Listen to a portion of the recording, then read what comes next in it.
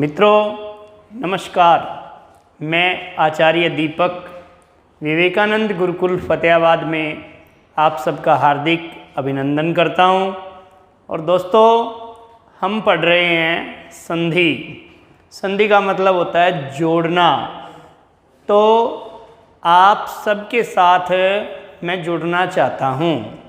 तो जुड़ने के लिए आपके पास लिंक आए तो उसको आप शेयर भी करें ताकि हम सबको जोड़ सकें एक दूसरे से, ताकि हम एक दूसरे का भला कर सकें और सबका ज्ञानवर्धन होता रहे। तो हम करते हैं संधि, और संधि में भी स्वर संधि के हमने जो भेद किए, अब हम करते हैं व्यंजन संधि। क्या करेंगे? व्यंजन संधि। सबसे पहले तो डेफिनेशन ऑफ व्यंजन संधि। व्यंजन संधि की डेफिनेशन क्या होती है? व्यंजन संधि, व्यंजन संधि की जो डेफिनेशन, जो परिभाषा है वो क्या होती है? आपको जमा से पहले यहां व्यंजन मिलेगा। क्या मिलेगा? व्यंजन मिलेगा। व्यंजन का मतलब, अब आप कहोगे कि जी व्यंजन, ये जो प है ये व्यंजन है। व्यंजन तो है लेकिन प में अ जुड़ा हुआ है। यदि आपको प हलंत मिले, प हलंत मिले तब हम उसको कहेंगे कि ये व्यंजन है। जैसे प हलंत, इस प्रकार से ये व्यंजन कहलाएगा। जमा से पहले व्यंजन हो और जमा के बाद स्वर भी हो सकता है और व्यंजन भी हो सकता है। क्या परिभाषा बनेगी? व्यंजन संधि की परिभाषा बनेगी जब व्यंजन का स्वर के साथ मेल हो या व्यंजन के साथ मेल हो तो उसे व्यंजन संधि कहते हैं। अब जो व्यंजन होते हैं उस व्यंजन का एक दूसरा नाम भी है हल। क्या? अब व्यंजन संधि किसी ने कह दिया तो इसका दूसरा नाम क्या है? हल संधि। क्या नाम है? हल संधि। ध्यान दो, आज हम इसका पार्ट करेंगे व्यंजन संधि का। सब बहुत ही आसान है। जसत्व संधि। व्यंजन संधि का पहला पार्ट करेंगे जसत्व संधि। आपको बड़े अच्छे से समझाऊंगा कि देखो, किताबों में कुछ और दिया होता है लेकिन आपके मानस पटल पे अंकित हो जाए, एकदम बिल्कुल फिट बैठ जाए, ऐसे तरीके से मैं आपको जसत्व संधि करवाऊंगा। लेकिन आप दूसरों का भला करना न भूलें। विवेकानंद गुरुकुल को शेयर भी करें, उसका जो लिंक है उसको सब्सक्राइब भी करें, बेल आइकन को भी दबाएं, कमेंट्स भी करें। कोई कहीं त्रुटि लगती है, आपको गलती लगती है पढ़ाने में, ठीक नहीं लगता है, तो आप कमेंट्स करके हमें बताएं ताकि तरीके को, मेथड को चेंज किया जा सके। तो करते हैं जसत्व संधि। अब क्या होता है जसत्व संधि का नियम जो है वो क्या होता है? जमा से पहले, जमा से पहले क्या होना चाहिए? जमा से पहले क्या होना चाहिए?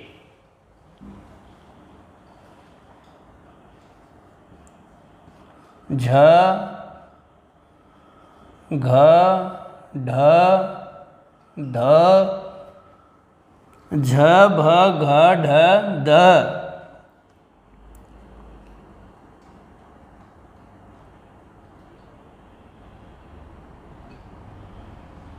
ज, ब, ग, ड, द,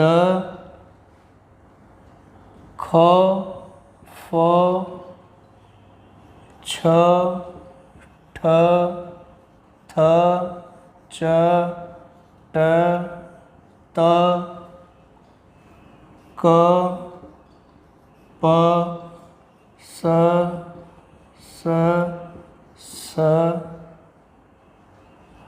ह। ये जो वर्ण दिखाई दे रहे हैं आपको, ये जो वर्ण दिखाई दे रहे हैं आपको, जमा से पहले ये होने चाहिए। जमा के बाद कुछ भी हो आपको कोई लेना देना नहीं है, लेकिन जमा से पहले ये वर्ण आपको जहां भी मिले हलंत होंगे ये, क्योंकि व्यंजन संधि है। मैं आपको पहले बता चुका हूं, ये आपको हलंत मिलेंगे।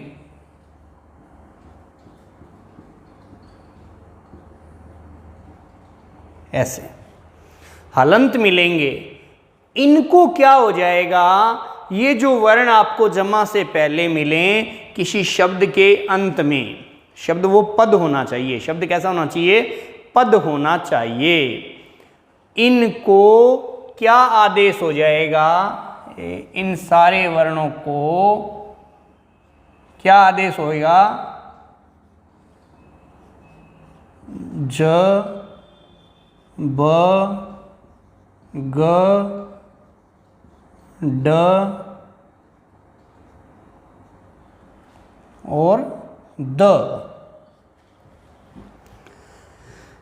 अगर जमा से पहले पद के अंत में आपको ये वर्ण मिल जाएं तो क्या होगा, इन वर्णों को ये आदेश हो जाएगा। जब उदाहरण करेंगे, एग्जाम्पल करेंगे तो आपको बड़े अच्छे से समझ में आएगा। ध्यान दो, ये कौन कौन से वर्ण हैं, इनकी ट्रिक बना लेते हैं। अब जो ज है वो कौन सा वर्ण है, च छ ज ज, यानी चौथा वर्ण है। कौन सा वर्ण है, चौथा वर्ण वर्ग का, जो कुचू टू तू पू कवर्ग चवर्ग टवर्ग तवर्ग पवर्ग जो हमने वर्ग किए थे, उन वर्गों में जय कौन सा है, चौथा। इसका मतलब चौथा, चौथे सारे वर्ण मिलेंगे इसमें। अब घ है वो भी चौथा है, प फ ब ब ये भी चौथा है, ट ठ ड ढ ये भी चौथा है, त थ द ध ये भी चौथा है, और च छ ज यानी तीसरा वर्ण भी है। च छ ज क ख ग, ग है क्या इसमें, है, ठीक है। प फ ब ट ठ ड त थ द ये भी है।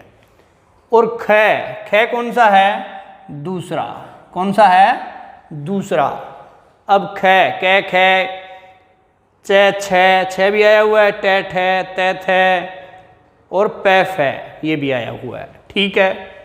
अब च ट त क प पहले वर्ण भी आए हुए हैं, यानी पहला दूसरा तीसरा चौथा, और कौन से रह गए, और श श श और है।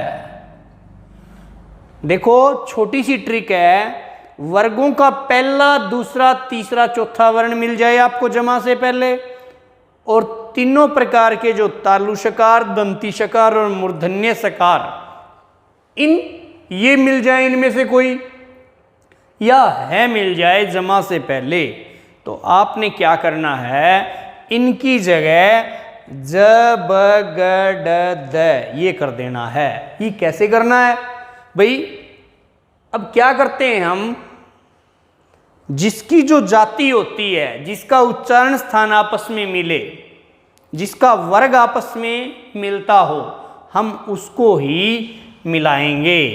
अब मान लो जैसे उदाहरण आ गया, उदाहरण में दे दिया वाक प्लस ईश।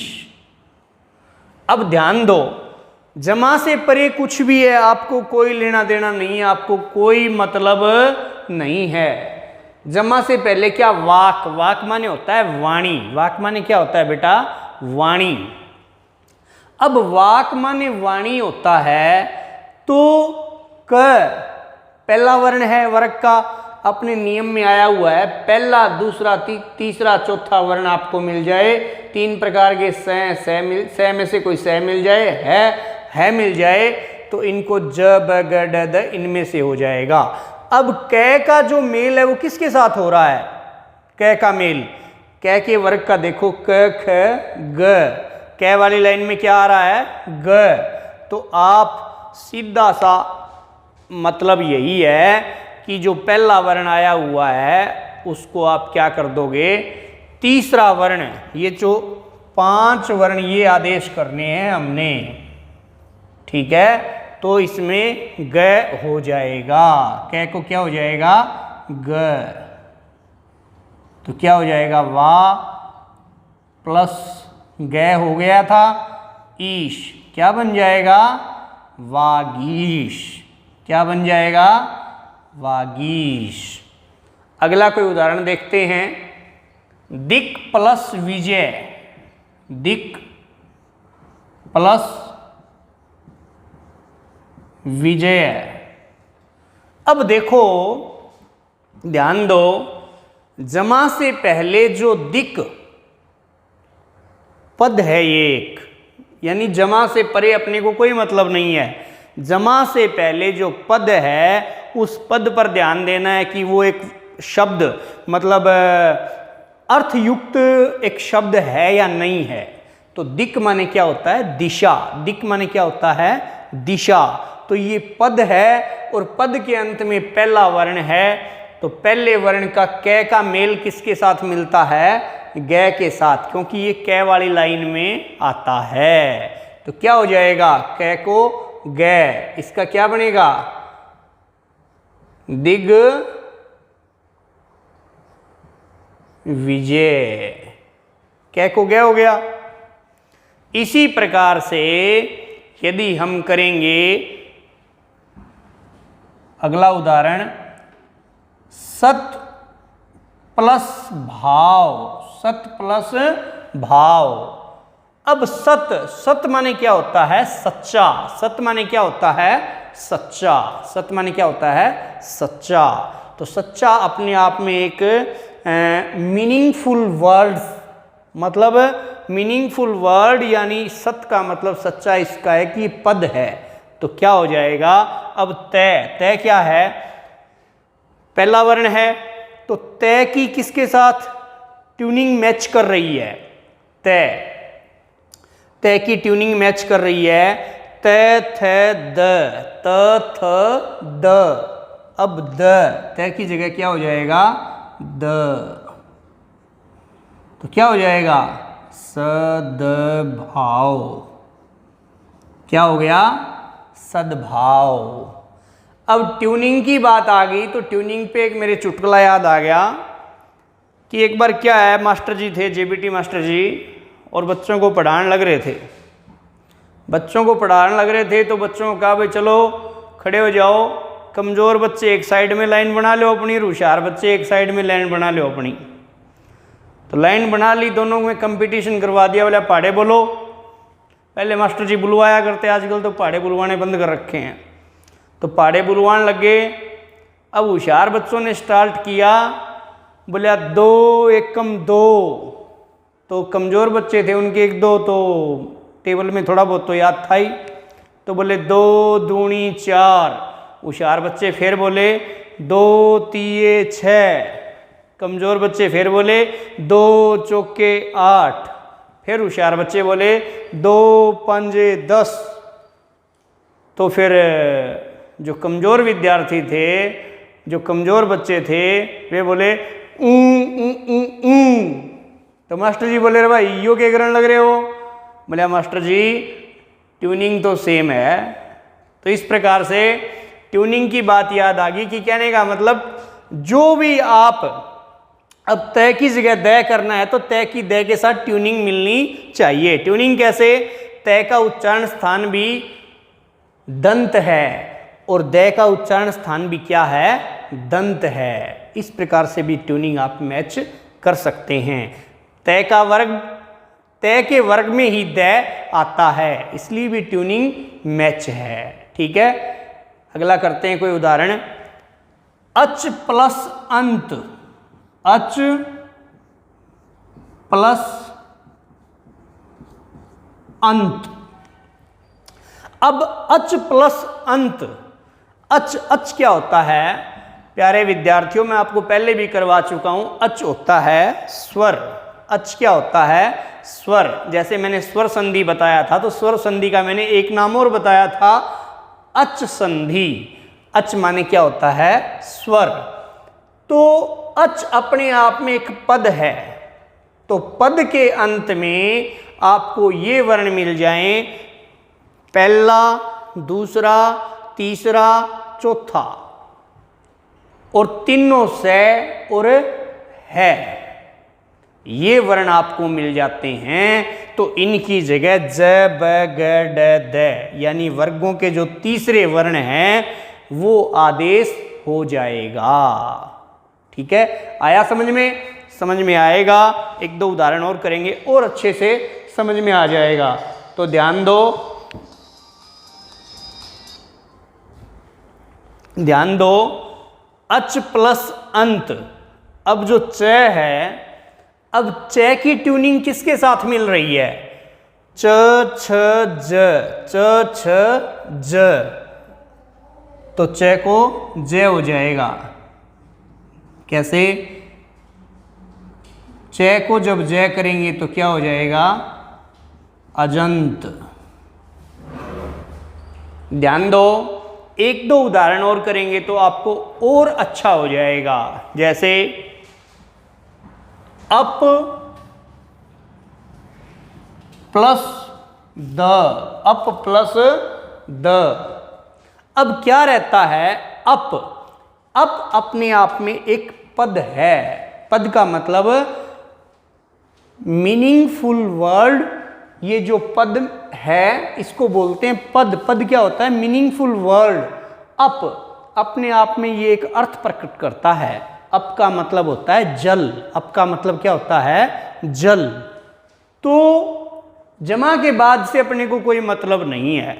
और प जो है पहला वर्ण है वर्ग का। ठीक है, तो अपनी शर्त घट रही है, तो इस पहले वर्ण को क्या कर देना है हमने? ज, ब, ग, ड, द, यानी ये तीसरे वर्ण हैं वर्गों के। वर्गों के तीसरे वर्ण है। प के साथ किसकी ट्यूनिंग मैच कर रही है? प, फ, ब, प, फ, ब। तो प की जगह क्या हो जाएगा? ब हो जाएगा। अब्द। क्या होगा? अब्द। इस प्रकार से बेटा आप इसका स्क्रीनशॉट ले लो ताकि मैं आपको और उदाहरण करवा सकूं। आप स्वयं उदाहरण करेंगे तो आपको और अच्छे से समझ में आएगा। नियम एक बार दोबारा रिवाइज करवा देता हूं आपको जसत्व संधि का, कि जमा से पहले पहला, दूसरा, तीसरा, चौथा किसका? कुचु, टू, तू, पू, कवर्ग, चवर्ग, टवर्ग, तवर्ग, पवर्ग, यानी जो 5 वर्ग होते हैं, जो 25 व्यंजन होते हैं, जिन्हें स्पर्श व्यंजन कहते हैं, उन स्पर्श व्यंजनों के पहला, दूसरा, तीसरा, चौथा वर्ण जमा से पहले आए हुए हों और तीनों श है, यानी ये स है होता है बेटा ऊष्म व्यंजन। क्या होता है? ऊष्म व्यंजन। पहला, दूसरा, तीसरा, चौथा और ऊष्म व्यंजन जमा से पहले आ जाएं, और जमा से पहले जो पद है वो मीनिंगफुल वर्ड होना चाहिए, उसका एक सार्थक शब्द होना चाहिए। तो क्या हो जाएगा? उसको वर्गों के तीसरे वर्ण में बदल देना है। ठीक है जी, तो आपने स्क्रीनशॉट ले लिया होगा। आप इसको नोटबुक में अच्छे से करें, और इसको मैं रब कर रहा हूं ताकि और उदाहरण लिख करके आपको और अच्छे से समझाया जा सके। वो उदाहरण आप स्वयं करेंगे, लेकिन मैं उदाहरण जरूर लिख देता हूं।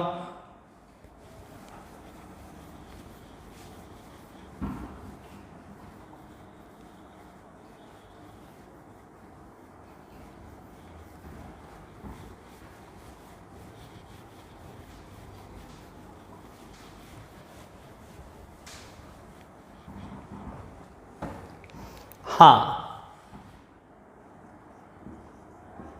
जसत्व संधि उदाहरण।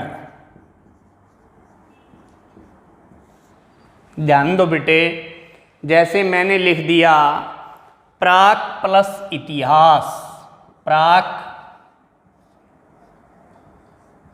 प्लस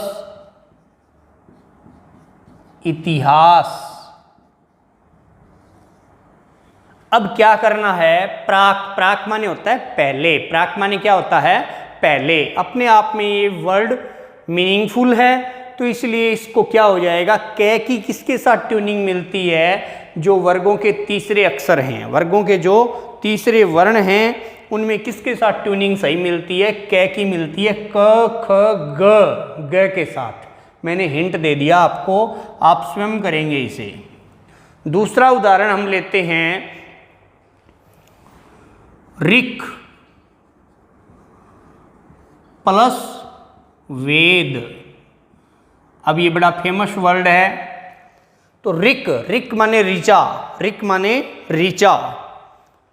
अब ये कै की ट्यूनिंग किसके साथ मिलती है, तीसरा जो वर्ण है वर्ग का, आपने तीसरा वर्ण लिख देना है कै की जगह। तीसरा एग्जाम्पल, तीसरा एग्जाम्पल क्या करेंगे, जैसे मैंने लिख दिया जगत प्लस गुरु। अब त है, त वर्ग का प्रथम वर्ण है।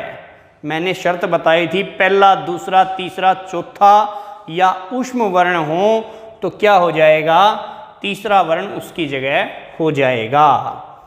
तो तीसरा वर्ण तय की ट्यूनिंग किसके साथ मिलती है, त थ द, त थ द। आप कर देना उसको, ठीक है जी। अगला करते हैं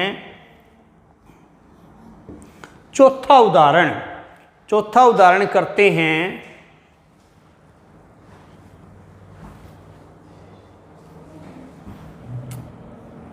सट प्लस आनंद, सट प्लस आनंद। तो सट, अब सट क्या है, ये भी एक शाब्दिक अर्थ बनता है इसका। सट माने होता है छः, सट माने क्या होता है, छः। तो छः जो है ये इसका एक अर्थ है, इसलिए टे, टे की ट्यूनिंग किसके साथ मिलती है, ट ठ ड। वर्ग का जो तीसरा अक्षर आएगा टे के, टे वर्ग में कौन सा आएगा, ट ठ ड। ये आप स्वयं करेंगे, मैंने आपको हिंट दे दिया है। अगला उदाहरण आप करेंगे अप प्लस धी, अप प्लस धी। अब क्या करेंगे, अप, पहले भी मैं ऐसा एक उदाहरण करवा चुका हूं। अप माने होता है जल, अप माने क्या होता है, जल। अब जो जल है तो ये अपने आप में एक सार्थक शब्द है, पद है, और इसके अंत में क्या है, वर्ग का पहला अक्षर है, और वर्ग के पहले अक्षर की जगह तीसरा अक्षर हो जाएगा, ठीक है। तो क्या होगा, पै की ट्यूनिंग किसके साथ मिलती है, प फ ब, प फ ब। तो जो हलंत अक्षर हैं उनकी जगह हलंत अक्षर ही आएगा। तो एक उदाहरण और लिख लीजिए जो फेमस उदाहरण है, सत प्लस उपयोग, सत प्लस उपयोग। इस प्रकार से सत, सत माने होता है सच्चा, सत माने क्या होता है, सच्चा। ये भी अपने आप में एक सार्थक शब्द है, पद है। तो सत, अब तय की ट्यूनिंग किसके साथ मिलती है, जो तीसरा वर्ण है, त थ द। तो क्या हो जाएगा, तय की जगह द हो जाएगा हलंत।